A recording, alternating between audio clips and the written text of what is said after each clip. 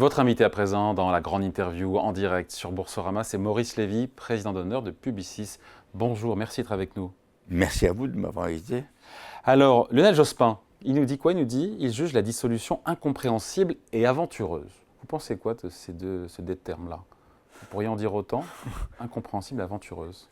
Je crois que ce qui est important aujourd'hui, c'est de voir ce que sont les conséquences et à partir de là, de voir comment est-ce qu'on se met en ordre de marche pour faire en sorte que, justement, il ait tort sur la dimension aventureuse. La véritable aventure et le véritable propos aventureux, c'est en fait l'accord qui a été passé dans cet ensemble qui forme le NFP, qui est le nouveau front populiste. Ah. Vous avez dit populaire? Non, non, populiste. Ils ont réussi à se mettre d'accord en 24 heures. Oh, oui, ils se sont mis d'accord. Ce que n'avait pas imaginé le président de la République, apparemment. Je crois que c'est en fait la raison principale pour laquelle la dissolution ne porte pas les fruits qu'espérait le président de la République. C'est qu'il n'imaginait pas qu'après la mésentente considérable sur les valeurs, sur le comportement, sur tout ce qui sont les fondements de la République et qui ont explosé en plein vol, et qu'il n'imaginait pas une seule seconde qu'il y aurait une deuxième NUPES. Et donc il y a eu un marché non pas de NUP mais de dupes, et ça a conduit à ce nouveau front populiste. Est-ce qu'il n'a pas sous-estimé, le président de la République, aussi le rejet dont il fait l'objet avec cette dissolution? Ça rentre dans l'équation, évidemment. Non, alors, il est vrai que les gens n'ont pas compris la décision. Il faut être très clair. Le terme d'incompréhension de Jospin sur lequel je vais vous faire réagir. Sur ce plan, sur l'idée de l'incompréhension, il a raison. Les gens n'ont pas compris la décision du président de la République. Il y a un rationnel qui est assez clair. Il considérait que la dissolution allait s'imposer à la rentrée et qu'il fallait préempter. Il fallait préempter, prendre de vitesse la concurrence et faire en sorte qu'il y ait un mouvement central, un mouvement très large qui irait du LR au Parti Socialiste et qui engloberait la Macronie et qui serait une espèce de grande coalition nationale. Ça, c'est sur le papier. Dans les sondages, on ne le voit pas. C'est ce qu'il espérait. Et c'est le calcul qu'il faisait. Fort de ce qui s'était passé, il voyait très bien que Glucksmann avait recueilli près de 15% des votes, que Glucksmann était conspué par LFI, que de ce fait, l'entente entre Glucksmann et LFI était absolument impossible. Or, il se trouve qu'elle a été possible. Et ça, c'était hors du plan des possibles dans l'esprit du président. En tout cas, c'est ce que je spécule, c'est ce que j'imagine.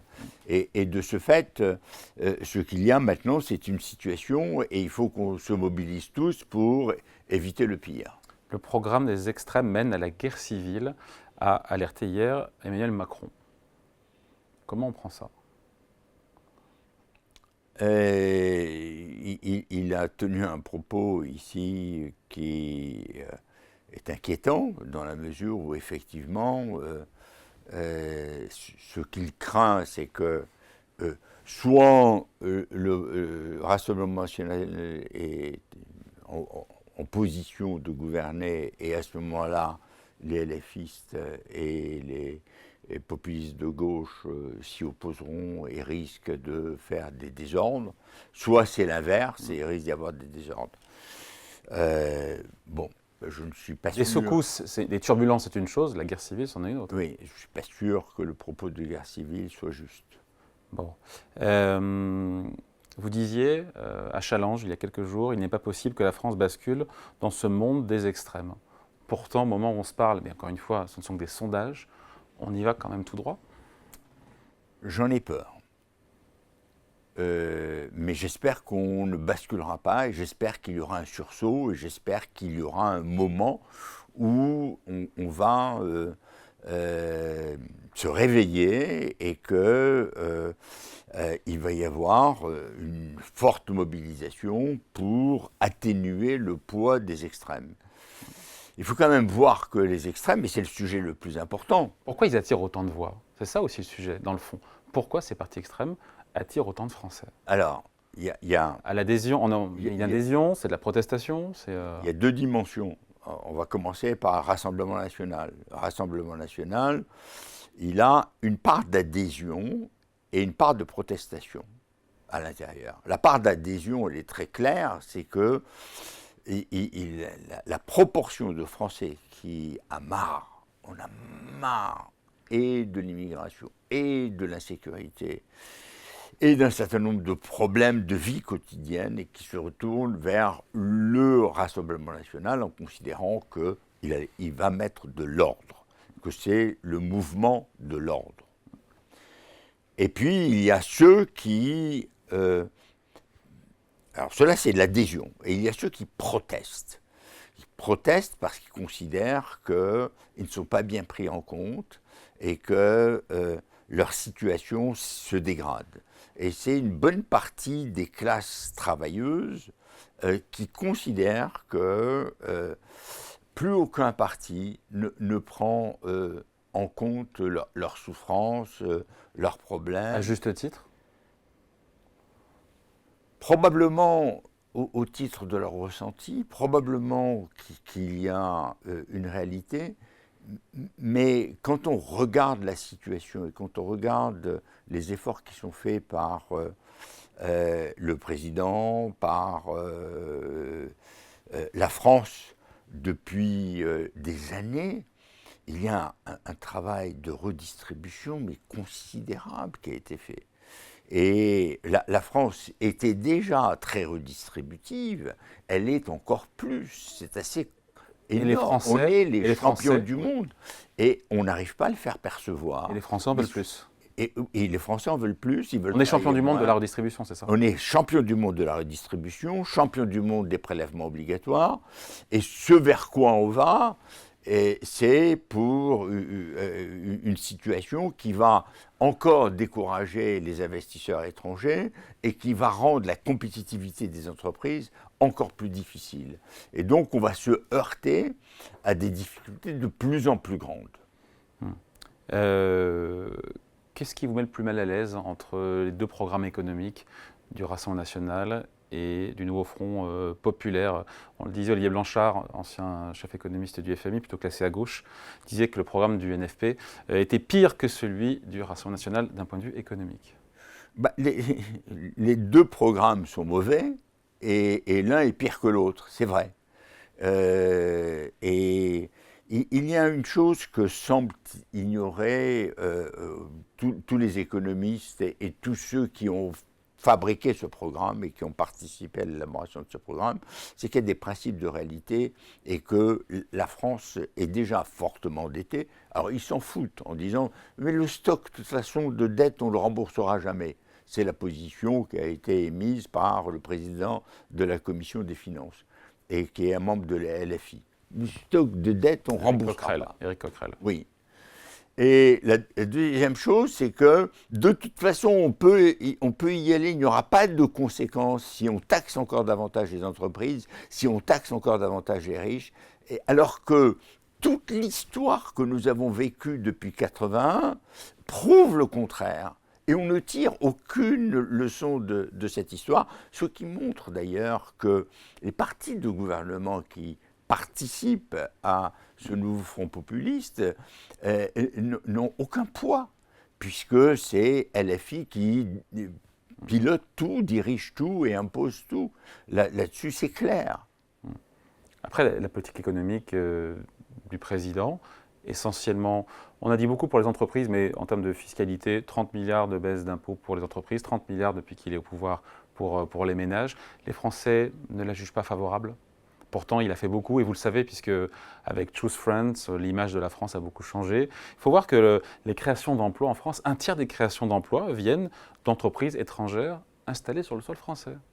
Oui, mais les gens ne le perçoivent pas, les gens ne se rendent pas compte, les gens ne se rendent pas compte de ce qu'ont été les efforts pour amener les investisseurs étrangers. Si vous regardez le premier de Choose France, où ils étaient venus par courtoisie, et le dernier de Choose France, où ils sont venus et ils ont pris des engagements extrêmement importants, et qui fait que la France aujourd'hui, depuis d'ailleurs quelques années, est la première destination des investisseurs en Europe, c'est le résultat d'un travail de crédibilisation et de correction des erreurs. La stabilisation de l'impôt est quelque chose aussi de très important parce que les investisseurs craignaient cette France qui changeait de politique fiscale tous les 2 ans. Or, le fait de dire, écoutez, les impôts sont ce qu'ils sont et ça ne changera pas, c'est quelque chose qui a inspiré confiance aux investisseurs. Donc la création d'emplois, le taux de chômage qui est à un de ses plus bas, tout ceci est le résultat d'une politique. Elle n'est pas perçue. Pourquoi est-ce qu'elle n'est pas perçue? Parce que la situation est difficile et parce qu'il y a eu effectivement beaucoup de choses qui se sont passées récemment et qui ont entamé le pouvoir d'achat. L'inflation, les difficultés économiques. Et puis, il faut dire aussi, et ça je suis le premier à le reconnaître, que les inégalités se sont creusées. Et ça, c'est vrai. Et donc, il faut s'attaquer à cet aspect-là. Comment est-ce qu'on s'attaque à cet aspect-là? Tout simplement en revalorisant les classes moyennes. Et comment le vrai sujet, par la production. Il n'y a pas d'autre. Je veux dire, toutes les autres politiques sont des politiques de rêveurs. La vérité, c'est que... C'est pas à l'État de distribuer le pouvoir d'achat? L'État a un rôle important pour mettre en œuvre les conditions qui permettent aux entreprises d'être compétitives. C'est le boulot des entreprises de l'être et c'est le boulot de l'État de les aider à l'être et de créer les conditions qui ne soient pas handicapantes. Or, il faut bien voir que les conditions françaises sont handicapantes depuis des décennies. Il y a eu des améliorations, mais on en est très loin. Il suffit de voir ce qu'est le salaire net et le coût du travail en Allemagne, le salaire net et le coût du travail en France. On appelle ça le coin fiscal. Oui, oui. Et on voit bien la différence. Et il n'est pas à notre avantage. Il n'est pas à notre avantage, loin s'en faut. Et la première fois que j'ai parlé de compétitivité et que j'ai voulu mettre face à face la France et l'Allemagne, je me suis fait traiter de tous les noms d'oiseaux. J'étais à l'époque président de la FEP. Et finalement, la notion de compétitivité est entrée dans le vocabulaire. Et je crois que nous ne pouvons atteindre des résultats valables et durables qu'à la condition de faire en sorte qu'on regagne en productivité, on regagne en nombre d'heures travaillées, parce que... C'est totalement absent des discours des deux partis, Nouveau Front Populaire et RN, toutes ces questions-là. Oui, bien sûr, c'est normal. Innovation, réindustrialisation. Tout ça, ce n'est pas dans leur langage. L'entreprise, dans leur langage, c'est l'endroit où on va chercher l'argent. C'est aussi simple que ça. Et dans leur conception. Ils n'imaginent pas que l'entreprise serve à autre chose qu'à cela. Et donc, ils ne se rendent pas compte qu'il ne peut y avoir de ressources à puiser dans l'entreprise qu'à la condition que l'entreprise puisse les créer.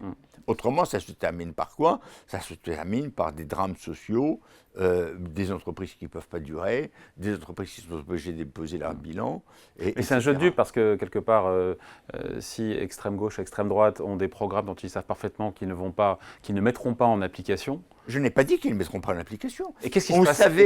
On savait que le programme commun était un programme irréaliste. On le savait. Vous n'étiez pas né à l'époque, mais nous savions. J'étais petit. Oui, vous étiez petit. Nous savions que c'était un programme irréaliste. 1980. Et tout le monde disait à l'époque, mais Mitterrand est malin comme un singe, il ne mettra jamais ce programme en application. Il l'a mis en application. Le résultat, c'est qu'on paye encore le prix et le coût de la retraite à 60 ans. On paye encore le coût d'un certain nombre de mesures qui ont été prises, que ce soit des mesures qui sont purement économiques ou d'autres sociales. Et donc on se dit quoi? On se dit que les programmes pourraient être appliqués, sauf s'il y a des garde-fous comme les marchés financiers qui commencent à s'inquiéter de la note de crédit, de la capacité à la France à rembourser ses dettes, ou est-ce que certains disent, ben voilà, on aura notamment à l'extrême droite possiblement une mélonisation de Jordan Bardella et du RN, qui, on le voit bien, puisqu'ils reculent sur beaucoup de mesures, seront plus raisonnables. Alors c'est le calcul de beaucoup de gens. Il y a beaucoup de gens qui pensent que le Rassemblement national va se méloniser, comme vous dites, c'est-à-dire avoir une certaine rigueur sur les questions de sécurité et d'immigration et une certaine souplesse sur tous les aspects liés à l'économie. En comparaison avec Giorgia Meloni, encore une fois en Italie, d'où la mélonisation. Ouais. Exactement. Et ce qu'on oublie, c'est que Giorgia Meloni, elle est épaulée, guidée par Mario Draghi, et que lui est un orthodoxe de l'économie, et il l'a montré au sein de la BCE, et il l'a montré aussi quand il avait pris les rênes du gouvernement italien.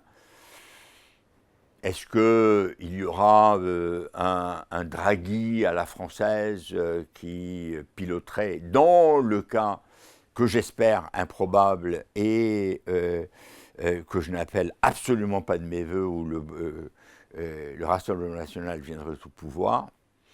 Je ne sais pas si une telle solution existe. Et je ne sais pas si quelqu'un a de l'influence pour transformer les choses à ce point.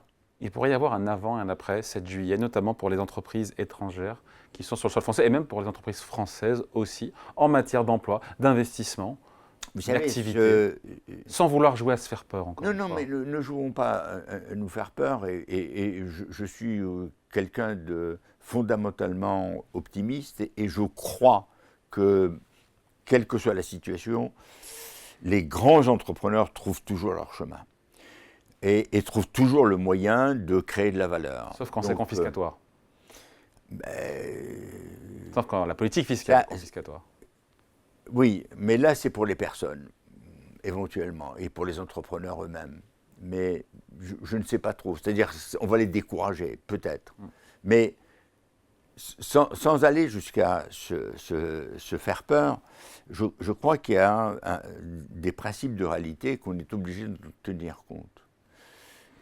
Nous vivons dans une France largement désindustrialisée, avec une population active, qui est inférieure à la population active que l'on devrait avoir, puisque le pourcentage d'actifs n'est pas celui qu'on devrait avoir, avec un pourcentage d'inactifs ou de gens qui sont improductifs au sens économique du terme, et qui pèse sur l'économie, qui est disproportionnée à d'autres pays, puisqu'on a une part plus importante de fonctionnaires et de services publics et parapublics que l'Allemagne, par exemple.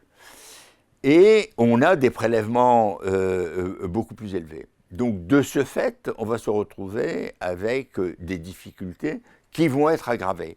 Est-ce qu'il va y avoir une capacité d'un sursaut? Je l'espère. Il faut savoir qu'un chef d'entreprise, en particulier quand il est étranger, quand il prend une décision, il a besoin de vision et de durée. Et donc, qu'est-ce qui est prévisible dans une décision? Si je mets en œuvre telle décision qui consiste à installer une usine en France, quels sont les risques prévisibles que je peux avoir, aussi bien sur le plan des coûts, sur le plan du fonctionnement, sur le plan des infrastructures, etc. Et donc il regarde les opportunités, il regarde les risques. Si la somme des risques lui paraît supérieure à la somme des opportunités, il regarde d'autres pays, il se dit finalement c'est peut-être moins intéressant sur certains aspects, mais c'est plus sûr au final, et donc il va s'installer ailleurs. C'est aussi simple que ça. Ouais. Je veux dire que la dimension un peu émotionnelle, je veux défendre le drapeau français, est quelque chose qui concerne et qui touche les Français et les chefs d'entreprise français, qui sont pour la plupart extrêmement sincères. Et tous ceux qui dirigent les entreprises françaises ont envie de défendre le drapeau français et se présentent à l'étranger en défendant, en ambassadeur de la France. Et ceux-là, il faut qu'ils aient aussi la possibilité de pouvoir continuer à la défendre et que la France reste une terre accueillante pour les investisseurs, de manière justement à créer des emplois, à défendre les pouvoirs d'achat, à faire en sorte qu'il y ait de la recherche en France, à faire en sorte qu'on ne soit pas uniquement un produit de consommation, un pays de consommation, Ouais. mais un pays de production, Ouais. et qu'on puisse défendre notre rang. Moi, je me souviens d'une époque où on disait, est-ce que la France est la 4e ou la 5e puissance ? On n'est plus là. Et j'ai bien peur qu'on va se poser bientôt la question, est-ce qu'on figure encore dans les 10 premiers ? Pour l'instant, on est plus près de 7 que de 4. Ouais. Quelle responsabilité là-dedans pour Emmanuel Macron aussi, président depuis 7 ans ? Ben, si on regarde les choses, il a plutôt amélioré la situation par rapport à celle qu'il a trouvée. Je veux dire, on peut se poser la question, quelle est la responsabilité de François Hollande dans cette affaire ? Dont il était ministre de l'économie. Dont il était ministre de l'économie, donc, mais ce n'était pas lui qui dictait la politique. Ouais. Il exécutait. Rappelez-vous du mot de Chirac. Je décide, il exécute. Voilà. Ben, c'est ça. En parlant de Nicolas Sarkozy, pour la petite histoire. Bruno Le Maire demande au patron de s'engager dans cette campagne. Mais est-ce que c'est le rôle, je ne pense pas, à titre perso, d'un chef d'entreprise que de donner des consignes de vote ? On dit que ce n'est pas son rôle. Par contre, son rôle, c'est peut-être d'alerter sur une direction, sur des mesures qui pourraient être dangereuses pour les entreprises, pour l'économie au sens large. Vous en pensez quoi, vous, dans ce débat ? Les chefs d'entreprise ont beaucoup de mal à s'engager pour une raison très simple. C'est qu'ils Ils ont des salariés. représentent une entreprise. Avec des salariés. Et ils ont des salariés, Des clients. ils ont des clients, ils ont des investisseurs, ils ont des parties prenantes, comme on dit, des stakeholders, qui sont de tous bords. Et donc, ils sont obligés de maintenir, de faire en sorte que l'entreprise soit neutre. Ça, c'est clair. En même temps, le chef d'entreprise Des citoyens aussi. est un citoyen. Et en tant que citoyen, il a le droit à la parole. Il n'y a pas de raison qu'il ne puisse pas prendre la parole. Donc autant il ne peut pas dire à ses ouvriers, ses salariés, votez dans ce sens, parce que ça n'a pas de sens, il ne peut pas le dire. Autant il peut éclairer le vote en l'expliquant ce que sont les conséquences pour l'entreprise, en expliquant un peu ce qu'il comprend des décisions qui vont être proposées, et de ce fait, alerter sur les valeurs. Moi, il y a quelque chose qui me choque profondément. Je veux dire que il fut un temps, là encore vous êtes beaucoup trop jeune, où post-Shoah, post-Deuxième Guerre mondiale, il y avait une espèce de censure décidée, autocensure sur l'antisémitisme. Et donc les gens ne se prononçaient pas, ne se disaient pas antisémites et ne faisait rien qui pouvait laisser penser, parce que tout simplement la société ne le tolérait pas.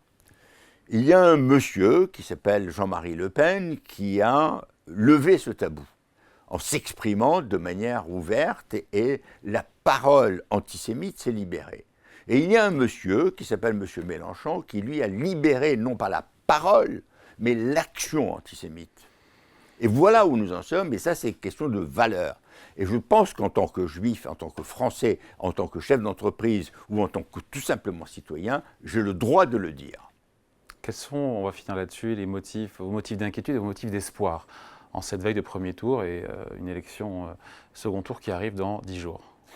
Alors, je n'ai pas envie de m'attarder sur les motifs d'inquiétude parce qu'ils sont nombreux et on en a beaucoup parlé et ça n'a pas beaucoup d'intérêt de s'appesantir.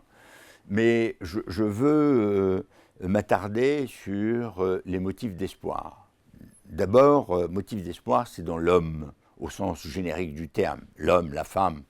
Et je pense que même s'il y a de la colère, même s'il y a de l'énervement, même s'il y a parfois de la haine sur tel ou tel personnage de l'État, il peut y avoir de la raison et qu'à un moment donné, on peut peser le pour et le contre, regarder ce que peut être l'avenir et se dire, bon, je ne l'aime pas beaucoup, je n'aime pas beaucoup sa politique, mais au moins, si je regarde bien, ce qui a été fait, c'est quand même pas mal pour la France. On a le taux de chômage l'un des plus bas de toute l'Europe. On a des résultats qui sont pas mauvais. On a une économie qui s'est portée pas trop mal.